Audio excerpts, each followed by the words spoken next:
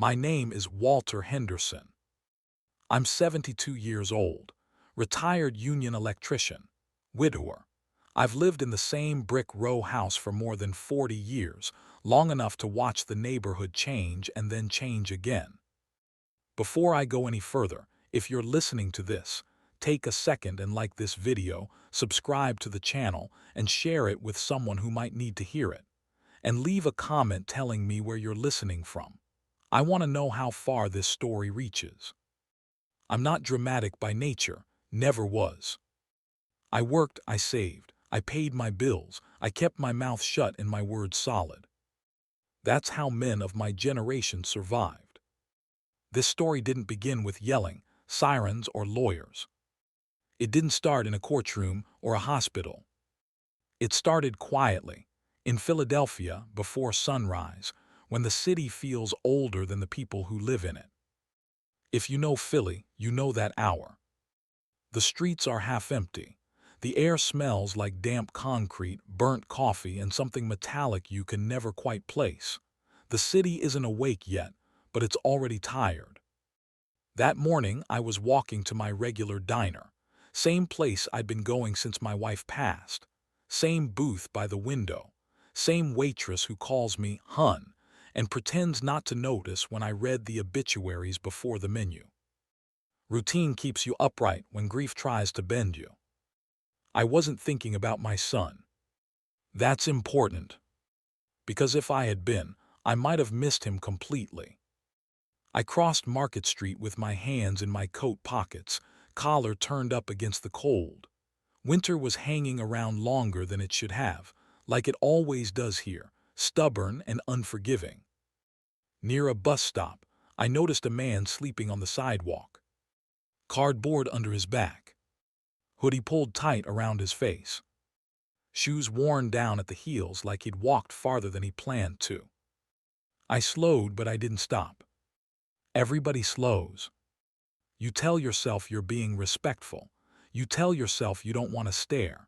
You tell yourself you've already done your part for the world. I would have kept walking. Then he moved. Just a little. Enough for the streetlight to slide across his face. I stopped cold. Because that wasn't just some guy trying to stay warm. That was my son. And I didn't know it yet. But finding him there meant someone had already taken everything he had. "Mike," I said. My voice sounded strange to my own ears.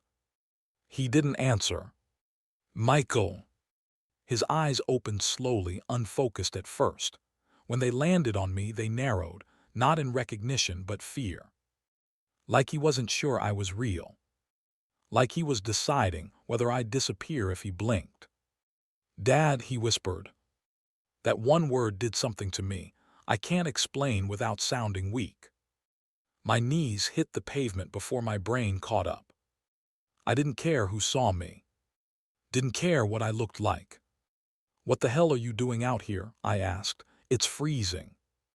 He tried to sit up and winced, breath hitching. His hands shook, not from the cold. I've worked winters outside. I know cold shakes. These were different. "I didn't know where else to go," he said.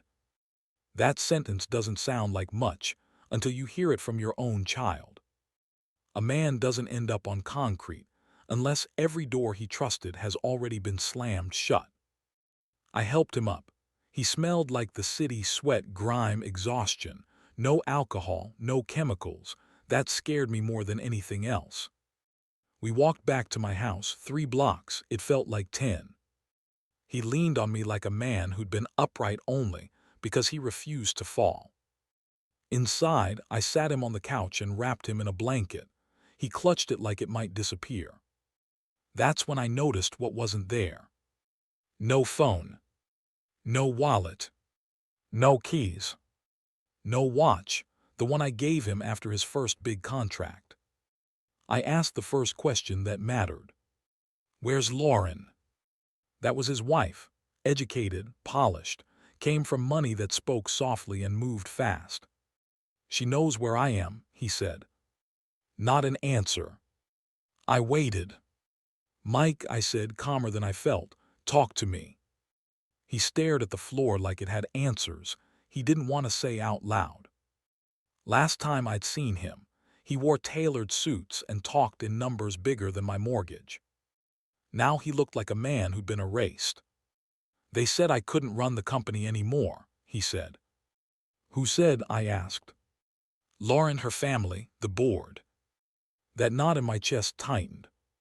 Why? He hesitated. Then he said the word people use when they want control without looking cruel. Unstable.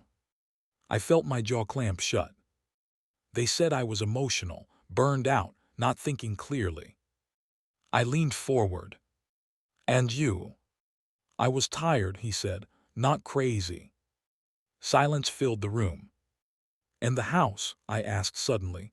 I don't know why it just came to me. He froze. They took that too. The room felt smaller. They said it was tied to the company, he continued. Mortgage was leveraged, assets restructured. When they removed me, the locks were already changed. He laughed once, dry, bitter. I went back for my things. The code didn't work. No company. No money. No home. I sat down hard.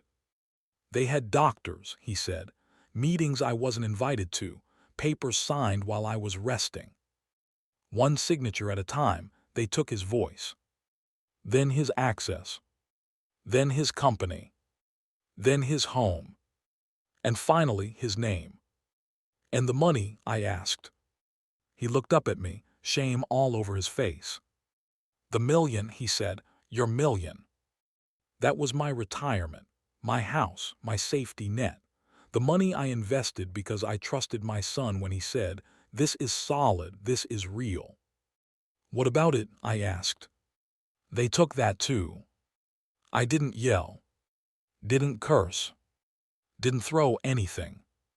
Inside, something else happened. I went still.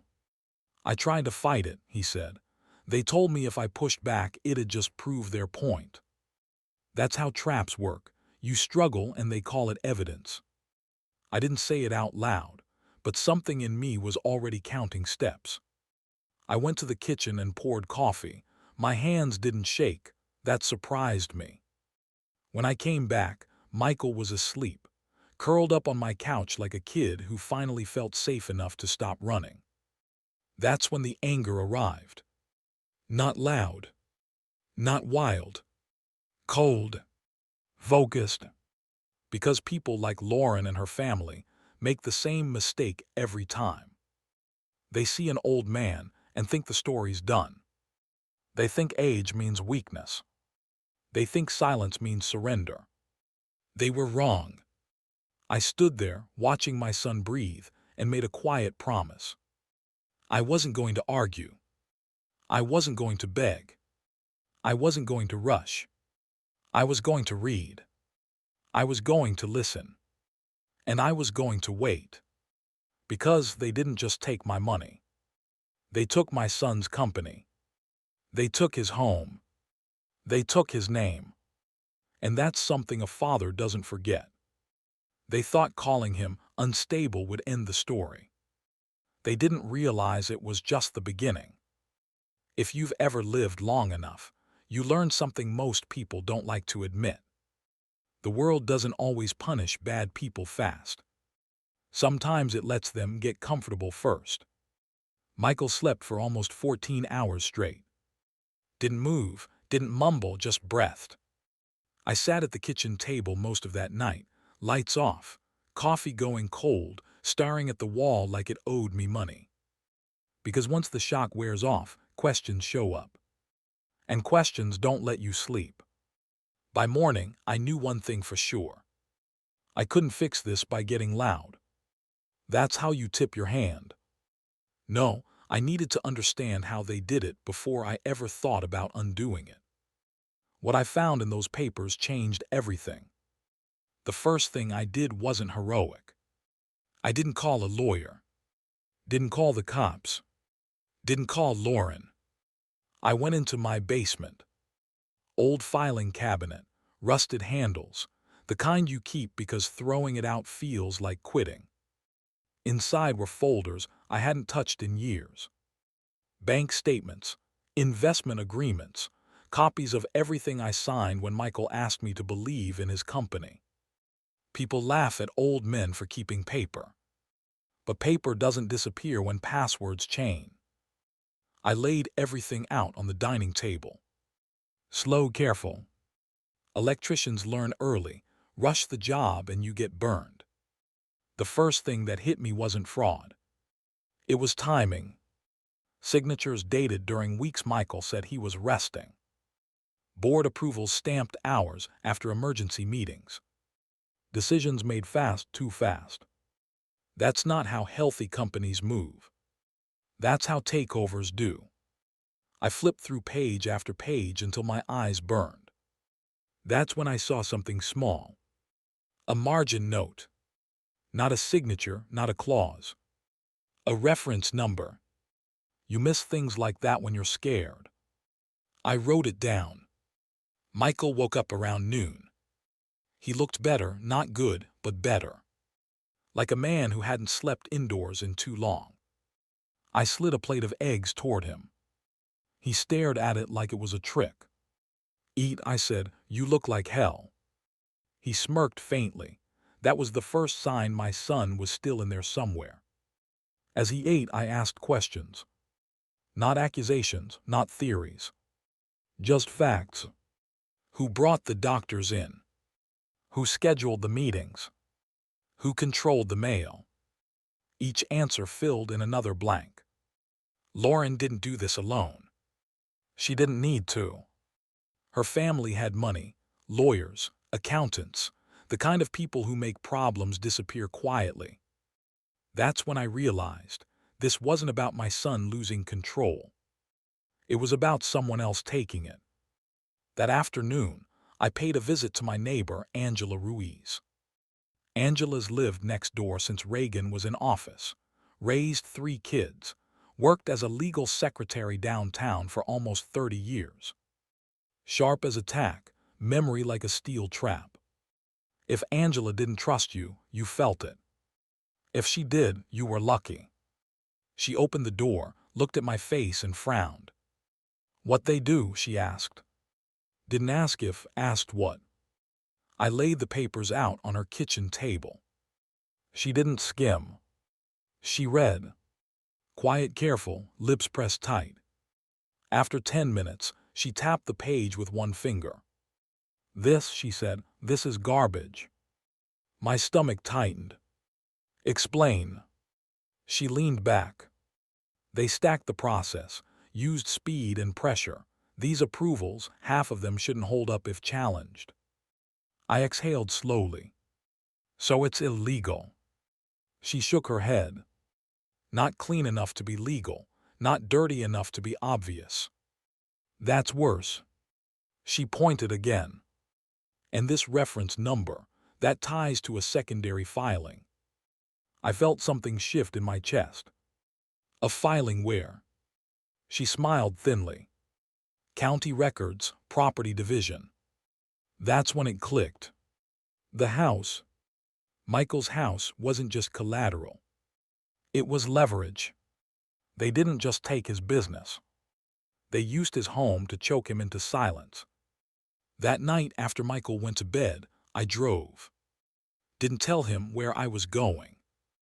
Old habits die hard. I parked 2 blocks from the county office building. Couldn't go in, but drop boxes still exist for a reason. Public records don't care how powerful you are. They care what's filed. The next morning, I went back when the doors opened.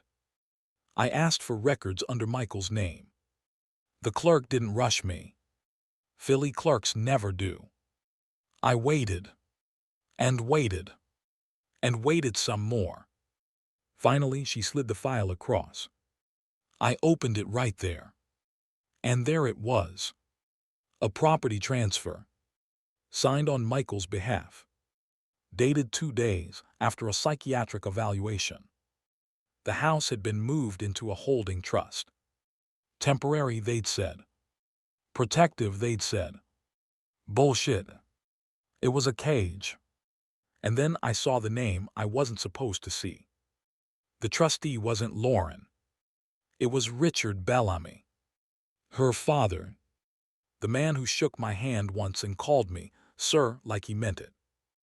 I walked out of that building with my heart pounding, but my steps steady. Because now I knew something they didn't think I'd find. This wasn't concern. It was theft with manners. I didn't confront anyone. That's important. People always think justice starts with yelling. It doesn't. It starts with patience. I started acting confused. Old. Harmless.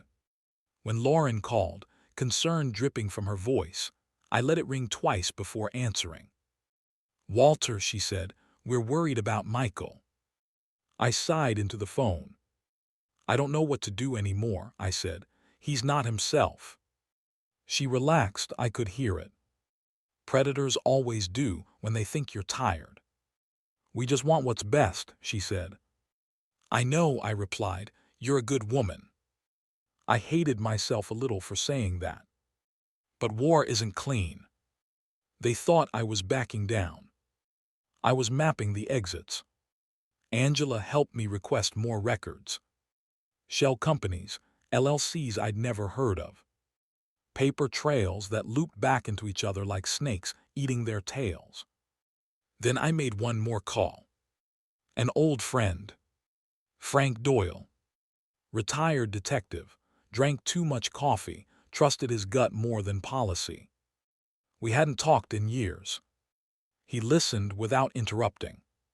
When I finished, he said one thing. They got greedy. Meaning they moved too fast. That leaves footprints. He paused. You want me to look? I nodded, even though he couldn't see me. Michael was getting stronger. Clearer. Memories came back in pieces. Meetings he'd been rushed through. Emails he never sent. Voicemails he never heard. Each detail mattered. And every night when the house went quiet, I lined the papers up again. I wasn't angry anymore. I was focused. That's when Frank called back. You sitting down? He asked. I was. Good, he said, because this goes deeper than you think. What Frank found would change who walked away free and who didn't. They didn't just manipulate medical evaluations, Frank continued. They falsified billing, insurance records, that's federal. I closed my eyes. And the money. Moved, layered, but traceable. I felt my pulse in my ears. Walter, he said, you don't push yet. I wasn't planning to. Good, let them think it's done. I looked at Michael asleep on the couch that night. Locks changed. Life stolen, name dragged through the dirt. And I understood something clear as day. This wasn't revenge. This was recovery. They took my son's future. I was going to take it back, piece by piece. They thought I was too old to fight. They didn't realize I was just getting started. There's a moment in every long fight when you realize yelling won't help. You've said enough. You've learned enough. Now it's about timing. In Philadelphia, timing is everything.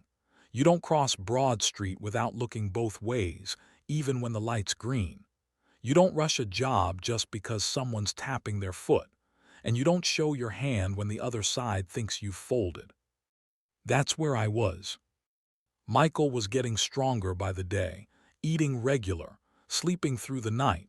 His hands stopped shaking. His eyes stopped darting like he expected someone to kick the door in.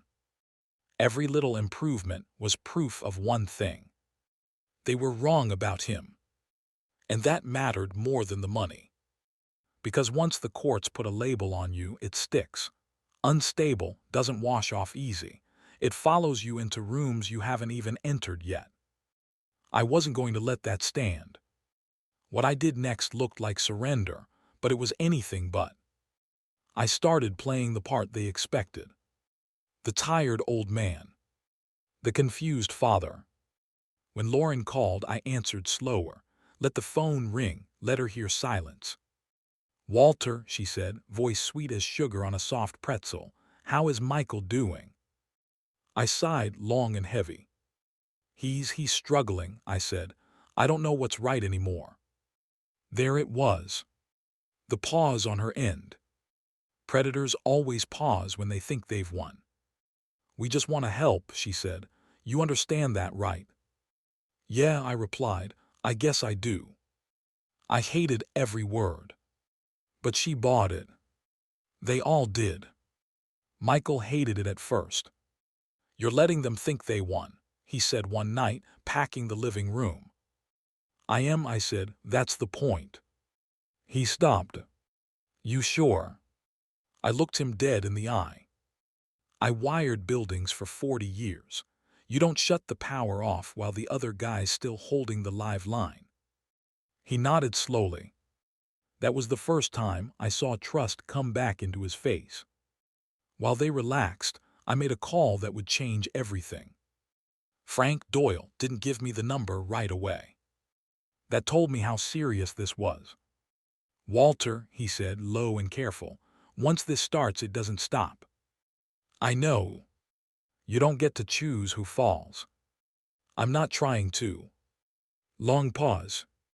Then, all right. He gave me a name. A federal agent, financial crimes. No promises, no guarantees. Just a door. I called. Didn't rush, didn't dramatize. I told the story clean. Dates, documents, transfers, medical evaluations tied to money movement. Silence on the other end. Then the agent said, "Sir, I'm going to ask you a few questions." That's when I knew it wasn't just our mess anymore. They didn't come in with badges flashing. No black SUVs, no TV-style nonsense. Two agents, plain clothes, polite. They walked through my house like they were reading a book written in paper and dust. They asked Michael questions gently, let him pause, let him breathe.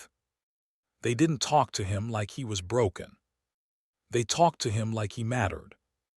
That alone nearly broke me. One look between those agents told me something important. When Michael mentioned Lauren's father, Richard Bellamy, exchanged a look. Not surprise. Recognition. That look said everything. They asked for copies. I handed them everything. Angela's notes, Frank's findings, property transfers, medical billing discrepancies. The woman agent nodded slowly. This is substantial, she said. Is it enough? I asked.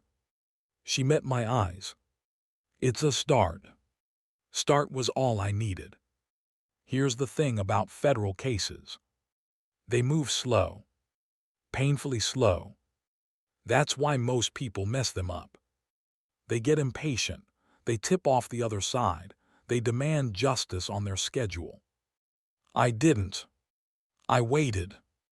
And while I waited, Lauren and her family got bold. They filed new paperwork. Permanent removal. Full control. They scheduled a court hearing to finalize Michael's status. That's when the stakes went nuclear. Because once a judge signs off, getting your life back becomes 10 times harder. They picked the court date. They just didn't know who else would be watching. The courtroom smelled like old wood and stale coffee. I've been in plenty over the years. Jury duty, permits, small claims. This one felt different. Lauren sat straight-backed, calm, professional. Her father beside her, hands folded, expression bored like this was just another meeting. Michael sat next to me. Clean-shaven, suit borrowed from an old friend. Nervous but steady. The judge flipped through papers. Lauren's lawyer spoke first, smooth, confident. Painted Michael as fragile, emotional, a risk to himself and others. I clenched my jaw. Then our turn. Michael's attorney stood. And that's when the air changed. He didn't argue feelings. He argued facts, dates that didn't line up, evaluations tied to financial decisions, property transfers filed hours after diagnoses. The judge leaned forward. Lauren's lawyer stiffened. Then the words dropped. Your Honor, we request a brief continuance due to newly surfaced federal interest. The room froze. Lauren's head snapped up. Federal, she said sharp. The judge raised an eyebrow. Is that accurate? The attorney nodded. Yes, Your Honor. Silence. The kind that makes your ears ring. That silence. That's the sound of control slipping. Court adjourned. No ruling. No victory. But no loss. Lauren didn't look at us as she left. Her father did. For the first time, his eyes weren't bored. They were calculating. That night I got a call. Unknown number. I answered. Walter, a voice said, calm, polished. Richard Bellamy. I think there's been a misunderstanding, he said. I laughed. A short, humorless sound. Yeah, I said, that's what thieves always think. His tone hardened. You don't know who you're dealing with. I leaned back in my chair. Buddy, I said, I wired half this city. I know exactly who I'm dealing with. Click. He hung up. After that call, things moved fast. Accounts froze. Subpoenas issued.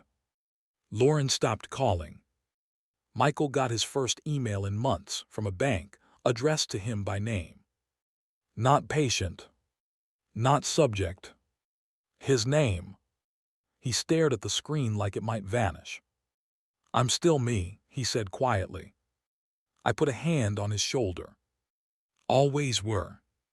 The agents came back a week later. Different tone now. Focused, direct. They asked Michael to walk them through everything again. This time he didn't shake. He remembered things he'd buried. Meetings he'd been rushed through. Documents swapped at the last second. Pressure dressed up as concern. Every detail tightened the net. And then came the call I'd been waiting for. Mr. Henderson, the agent said, we're moving forward. With what? With everything. I hung up and sat there for a long time. Not smiling. Not celebrating. Just breathing. Because I knew what came next. They were about to lose control. And people who lose control don't go quietly. Michael stood by the window that night, looking out at the street. What if they come after you? He asked. I shrugged. Then they better bring a lunch. He laughed. A real laugh. First one in months. And in that moment, I knew something else. No matter how this ended, money, jail, headlines, I'd already won something back. My son. They thought the courtroom was their finish line. They didn't realize it was where the real story began. The knock didn't come at night. That surprised me.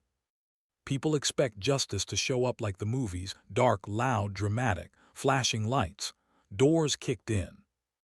Real life doesn't work like that. It was a Tuesday morning in Philadelphia. Cold, gray, nothing special.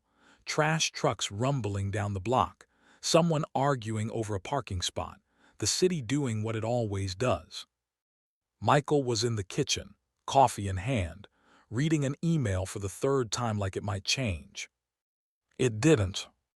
The knock came at 9:12 a.m. 3 firm taps. Professional. I opened the door. 2 agents, same ones as before, plain clothes, calm faces. Mr. Henderson, the woman said, we're ready. Michael froze behind me. I turned and nodded once. Let's go, I said. What happened next didn't just change our lives. It ended theirs. They didn't take Michael. They took Lauren. They took Richard Bellamy. They took 2 accountants and one doctor who'd signed off on paperwork he never should have touched.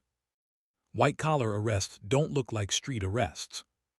No yelling, no cuffs in public. Just doors closing quietly behind people who thought they were untouchable. By noon, it was everywhere. Fraud, medical manipulation, elder financial abuse, wire transfers across state lines, federal charges, heavy ones. Michael sat at the table, phone buzzing nonstop, hands steady for the first time in months. "She's calling," he said. "Let it ring," I replied. He did. The arraignment came fast. Faster than Lauren expected. I sat in the courtroom again. Same wood, same smell, different energy. Lauren didn't look polished anymore. She looked tired. Her lawyer spoke less confidently now. Lots of allegedly, lots of pending review. The judge didn't rush. Judges never do when the paperwork's thick. Richard Bellamy stared straight ahead, jaw tight. The man who once told me I didn't know how the world worked. Turns out he forgot how it did. Here's the part nobody tells you about justice. It's boring until it is. Trials drag. Months pass. Deals get offered, some get rejected, some get swallowed with clenched teeth. Michael testified. Clear, calm, precise. No shaking, no confusion. Every question answered clean.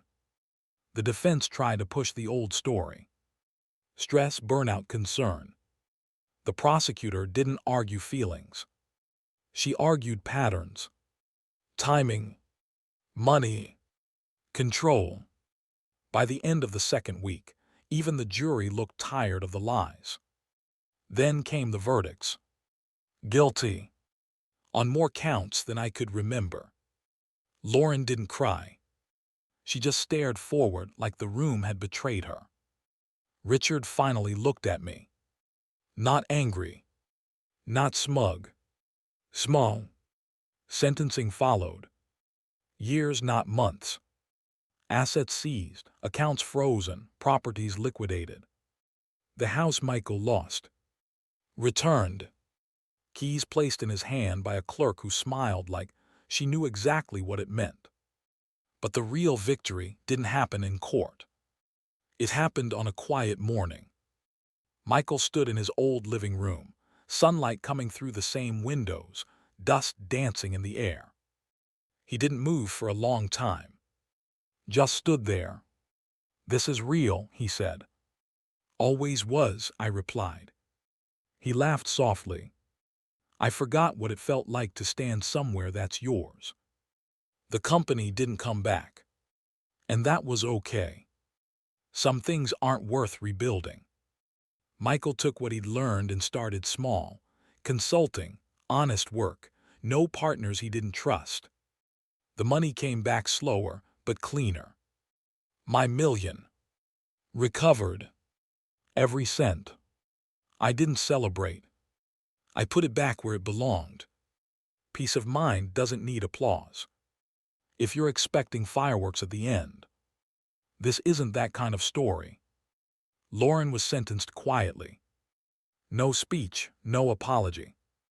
Just a gavel and a number of years she never thought she'd hear attached to her name. Richard Bellamy went last. The judge looked at him longer than the others. "You knew better," she said. That hurt him more than the sentence. Months later, Michael and I sat at the same diner where my mornings had started long before this mess. Same booth, same bad coffee. He signed a document across from me. His name. Clean, steady. No tremble. "That's the first thing I've signed without someone watching me," he said. I nodded. "That's how it's supposed to be." He looked up. "Why didn't you stop when it got hard?" I shrugged. "Because fathers don't retire from that job." Hear what this story is really about. And why it matters. People like to believe betrayal looks obvious. It doesn't. It wears nice clothes. It speaks calmly. It says it's for your own good. And sometimes it wins because nobody's paying attention. Until someone does. Michael got his life back. Not the same life. A better one. And me. I didn't get younger. Didn't get richer. But I slept fine. That's worth more than anything they took. If you've ever watched someone you love get erased slowly, by paperwork, by whispers, by people who smile while they steal, remember this. You're not powerless. You're just early. I lost my house to time. I lost my money to trust. But I never lost my son, and that was enough. If this story hit close to home, please like and share this video. Subscribe to the channel and tell me where you're watching from, and whether you've ever had to stand up for someone when the system tried to sit them down. Your story matters too. Thank you. Have a great day.